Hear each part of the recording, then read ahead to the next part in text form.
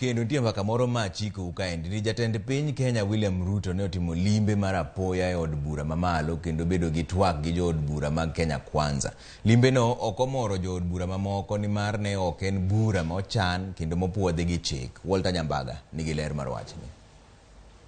Jatend piny William Ruto timo limbe wiye od bura maduong' ma pachoka, limbe ma ok ogoyo boke. Limbe Ruto mane obile wach kod jo od bura mag Kenya Kwanza kod moko kuom jo od bura mag Azimio la Umoja One Kenya Alliance kar migago mar od bura okelo liet mathoth. To be very specific, the president has got all the rights to go anywhere in this country, including the parliament. And today was not a different case, but that he came to the parliament. He just came to have lunch with us. Limbe no osenyuolo mbaka mathoth ka moko ng'uro limbe no ka gitene kod ng'eto mar tend od bura ma Speaker Moses Wetangula golo kiny. We are seeing it tomorrow. I'm expecting Deputy Speaker even not to declare Azimio as majority. Jua rais alipigwa kura na Wakenya na lazima aongoze na sheria, na sheria mingi zinapitishwa na bunge. Kwa hivyo hatuwezi toa rais mbungeni mpaka sheria zake zikuje mbungeni, mpaka mapendekezo yake yakuje mbungeni na yatapigiwa kura na wale wa mbunge. In any case, the members of parliament has got the way, because we are going to vote if there is no decision which if any aggrieved party raise an issue, we can go and vote. Jood bura go wacho ni limbe Ruto nyalo keto siep mar piny owacho kod mano mar bunge bedo nyakonchiel keto nyong'ong ka girango kako chwalo tije mapile. Lakini hauna popote usawishi wowote wa kuweza kulete mambo ya uhasama katika bunge.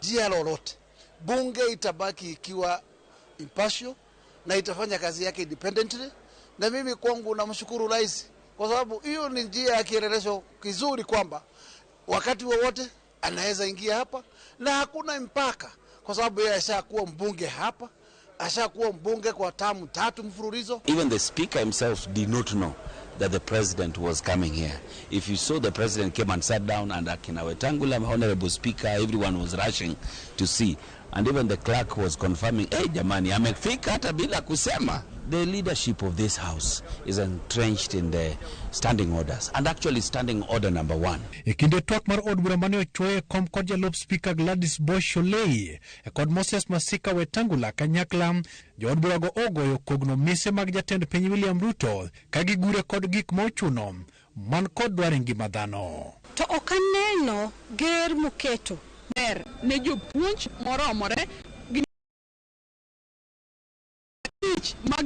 For women, it's not about should we or should we not. It is a fact. It is now time, and it's not about bargaining.